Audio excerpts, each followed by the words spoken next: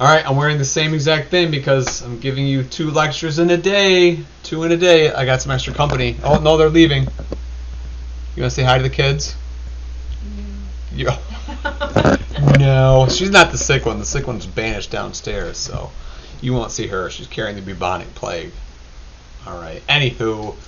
Alright, here we go. So this would have been your pyramid game or the hot seat today. You look at those terms, Taft, Wilson, Teddy, McKinley. Yeah, you got these things, I think. Maybe. Alright, so Susan B. Anthony, I hope you know that. Pardon me, I'm drinking coffee. I'm tired. It's been a long day. Ooh, Beyonce. It's a goodie. Well, there's the good old Meat Inspection Act. There you go. I think you're good with these. Look at that pop culture. What a guy. All right. So let's get right to the content. Today, your topic is the Spanish-American War. Absolutely fascinating stuff. And we look at how America gets pulled into this war with Spain that somehow involves Cuba. All right. So you learn targets today: the DeLome letter, which is going to set it up; yellow journalism, which is bad, which sets it up. And that's going to lead to the Spanish-American War. All right, so let's get the background here, the build up to the American involvement in the Spanish-American War. So prior to the start of it, Cuba, which you see here, it launched a series of revolts against Spain. Cuba was a colony of the Spanish Empire. And this revolution happened in 1868, so right after the end of the American Civil War. There's conflict. These colonies of Spain are rebelling, and Spain takes some pretty drastic action against this insurrection by the Cubans. So they send this pretty nasty and dubious person down there, General Weyler, and he used some pretty aggressive tactics to suppress the revolution, this uprising against Spain. When we look at the numbers down here, about 100,000 Cubans were forced into labor camps, and that's backbreaking work. I mean, it's extremely brutal. But this is the backstory there. So a revolution was attempted by the people of Cuba. Spain is a colony. This is a Spanish colony, and Spain puts down this uprising and brutally puts 100,000 people into labor camps. None of this has to do with America at all. It's simply brewing. But you'll see the American connection in a bit. All right. So, your next slide. So while all this is happening, America has this interesting turn that's happening as well. You definitely want to get this one down. Highlight it, circle, bold it. It's called yellow journalism. And yellow journalism, you can see the definition there. This is journalism that presents little or no legitimate, well-researched news. Instead, it completely relies on like eye-catching headlines to get people to buy the newspaper. This is like your equivalent of clickbait for its day. It's just sensational, absolutely bonkers titles, but the more wildly fantastic they were, people bought them. They paid to see this. And they had no idea if it's true or not. But it's this really bad journalism that's simply set up to make the publishers a lot of money, the different news publications money, and it's really poor research stuff. It's just designed to have some amount of money going to the newspaper. So you see some stories start to get played in the press about things happening in Cuba. Americans are paying attention to it because we ourselves are a country based on revolution against Great Britain. So you're starting to see some things spinning there with yellow journalism and the Cuban Revolution. So add on top of that, all of a sudden there is this letter called the DeLome letter, written by the Spanish ambassador. Enrique, how about that name? DeLome. And in this letter by the Spanish ambassador, it is calling the American president at the time, McKinley, like a weak idiot. He's a terrible leader. Sorry, that's the dogs running around. But it's the Spanish bashing the Americans. This gets leaked. It gets put in the New York Journal. You can actually see that the Spanish translation there. If you speak Spanish, you can, by all means, you can translate it. But it's insulting the American president. And Spain has done it. Remember, Spain is the one who's also in charge of Cuba, just 90 miles away from Florida. So, recapping this one, yellow journalism. It's kind of adding fuel to the fire. There's some sensationalized stories of what's happening, what really is and what really is not happening. with the Cuban Revolution, yellow journalism. And then the Delhomme letter is huge. Those nasty Spanish, how dare they insult McKinley? And it gets out there. So the Americans are really upset about the Spanish at this point. They've made them into the bad guy. So here's some examples, some yellow journalism you start to see coming out in this time frame here. If you look at this one, it says Spaniards search women of American steamers. All right, and then the description was male Spanish officers strip search an American woman tourist in Cuba looking for messages from rebels. Now, you can tell it's yellow journalism here because it's a drawing. It didn't even happen. You could create anything you want with a drawing here. And once again, the more sensational the title, the more it sold. And this is the time frame here when the idea of a woman being strip searched completely naked. This is when women used to wear bathing suits that covered every part of their body. And moderation and a lot of clothing was the norm for women. So the idea of women being strip searched in the nude, that really ticked off on Americans. Now America is going to bring down one of its cruiser destroyer, I forget exactly, but it's called the USS Maine.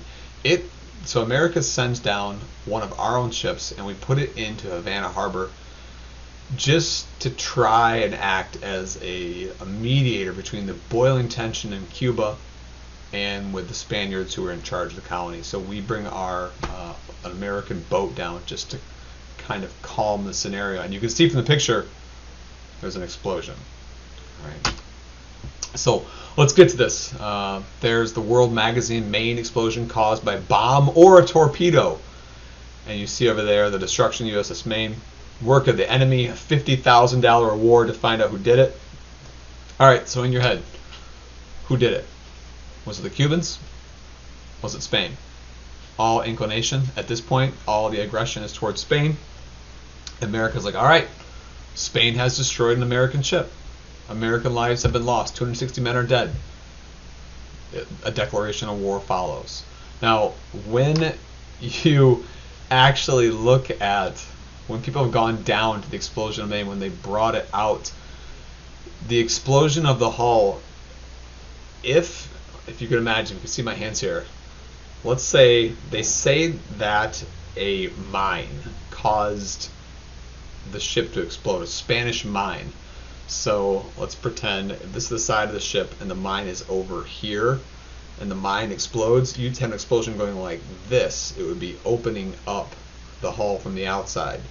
But it's just the opposite. When they bring the Maine out, you see an explosion going out of the boat. So it's not an explosion from the outside that blasts in and moves the metal in.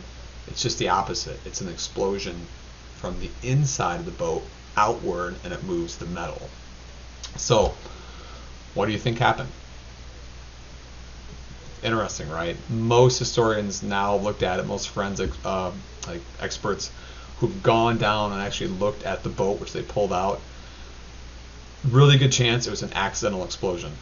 When oftentimes all of the munition, all of the artillery shells of boats, they are housed off in areas that have doors that close and collapse. And in times of combat, if the boat is hit by a shell, it'll minimize the explosion. With the doors of the Maine, all of those doors that were designed to stop an internal explosion, they were not put down. They weren't in combat. They were wide open. And a lot of people believe that there was an accidental explosion in the Maine causing that boom of explosion out. And it was an accident. It wasn't the Spanish at all. It was simply an unfortunate accident, and the Maine is destroyed. But nonetheless, at this portion of history here, the Spanish did it, even though they probably didn't do it. All right. So this starts the Spanish-American War. The USS Maine blows up. Remember the Maine, and it's going to start the war with Spain. All right. So the Spanish-American War. Highlight it, circle it, bold it. And we're going to go to war with Spain. And our main target right now is Cuba. We're going to help out the Cuban rebels, and we're looking for something in return too. So this starts the Spanish-American War. So a few years ago, I went on a trip with my Kentwood kids. We went to Arlington National Cemetery in Washington, D.C., and we were going through the tour, and the tour guy was saying that the USS Maine, this mast back here, was taken out and it was placed here in Arlington Cemetery. And in my head, I knew this at the time. I was like, that Spain didn't do it. It was an accident, and we used this accident as a scenario to go off to war. So I was like, oh, that's interesting. So there it is. You can see it yourself someday if you go to Arlington. But there's the mast of the ship that got us into a war that really worked out in our favor. And really, if you look at American history, the United States has always been, I can put in quotation marks, attacked first. Revolutionary War, we don't want to say who started that. The shot heard around the world, was it the Brits or us? And no one exactly knows, but it leads to war. Civil War, the North was attacked by the South at Fort Sumter and goes on to win the war. The Spanish-American War, USS Maine is attacked by the Spanish, and we go on to win the war. World War I, remember the Lusitania thing? We were attacked by the Germans, but secretly we were bringing over supplies. World War II, we were definitely attacked by the Japanese. No denying that one there. And then even when you get to the Vietnam War, that's an absolute lie. The government lied about, there's this patrol boat called the USS Maddox. It says that it was attacked. In reality, when we look back at the actual crew's testimony, the Americans attacked first. They attacked the Vietnamese patrol boats. And that kind of leads us getting into World War II. 9/11, there's don't believe any inside job there. Okay, we were definitely attacked on that one. All right, so let's talk about this war. America goes off to war. We've talked about Teddy. Teddy mobilizes the U.S. Navy as the Assistant Secretary of the Navy and immediately resigns to McKinley, and he goes off to war as a volunteer. The U.S. Department of War was really unprepared for the war itself. In terms of like the Army or the military, the Navy was good to go, but the Army wasn't. So that's why Teddy probably, in his intelligence intuition, signed up to help the actual ground war effort. The American strategy is pretty simple.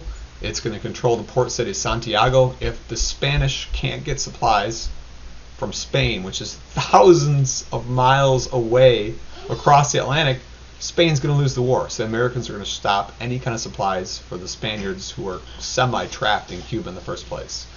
So that's the strategy.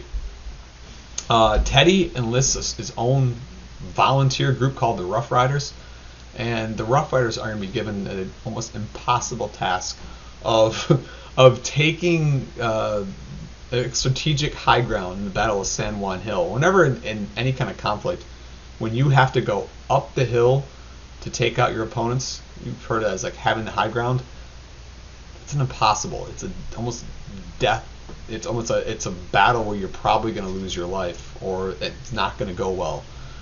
Teddy's group is given that charge, the Rough Riders. So let's take a look at the Rough Riders, who was part of this ragtag group that pulled off the impossible victory of this Battle of San Juan Hill. All right, we'll take a look if this thing works. All right, so who are the Rough Riders? I'm going to ask you this in your quiz. So they're military reserves. They're volunteer soldiers. They're not part of the U.S. military. They're volunteering to go off and serve in combat. They're not officially soldiers. But what they were, their background, is so Teddy Roosevelt. So he goes out and he recruits the different groups there. One of the groups he wants cowboys, because cowboys are rough and they know how to use a pistol. They know how to fire a rifle. He finds old Buffalo soldiers. These are African American soldiers in the Indian Wars, and he recruits some older African American soldiers who have fought in the Indian Wars because they're gritty, they're tough, they're used to combat. He goes after gold mining, an old prospector. They go after rough people, rough, gritty people, gold mining prospectors. They go after hunters because they're tough, they can shoot well. They go after gamblers, not because they could shoot well, it's just they needed the money. So he goes after gamblers who were in debt, who were trying to pay off their debts. He recruits Native Americans, and the college boys. There's stories out there that he basically bought them a bunch of beer, got them pretty liquored up, and got these young 20-year-old kids to sign up to fight for their country. So all able-bodied, they're trained on horseback, they're all pretty good at shooting. And the last little group too, he recruited obviously former police officers and former military veterans who have military experience. And this is his ragtag crew: cowboys, buffalo soldiers, prospectors, veterans, and they're given an almost impossible task to go take the high ground from the Spanish. So here's an old textbook picture of the Battle of San Juan Hill. You can see Teddy Roosevelt's crew, but this really doesn't do it justice because it makes it look flat. San Juan Hill was really anything but flat, and it was fortified by the Spaniards. All right, so The actual pictures of his regiment, you see some Buffalo soldiers there in the Spanish-American War, serving with Teddy Roosevelt. And there's no pictures, there's no live broadcast like we have now. So when we see these pictures, this probably gives it the best idea of the task at hand. You're having to go up the hill and you're being shot at from an undefended position, and the Spanish had the fortified position. Who knows how they did it? Who knows how? But these ragtag soldiers, these Buffalo soldiers, these Rough Riders, they take the hill, they take the fort, and it's impressive. Americans have the high ground now, and they have a strategic advantage throughout the rest of the war. All right. So once the Americans win the ground war, they've dominated. The Spaniards want to leave. They're getting no supplies, and they're plotting their escape. And this is just downright disastrous. So, if you can imagine it, the Spanish fleet is located inside a harbor, and they're loading whatever soldiers they have to get the heck out of there, and they want to go back to Spain. The problem is the Americans have formed almost a blockade out of the harbor. So there's only one way out, and they're going to have to run. They're trying to make a run through the American battleships and destroyers that are positioned right outside the harbor. The Americans simply turn their guns, they turn their boats, turn them sideways, load it up, and you can see what happens to the Spanish. They are just absolutely obliterated. All right.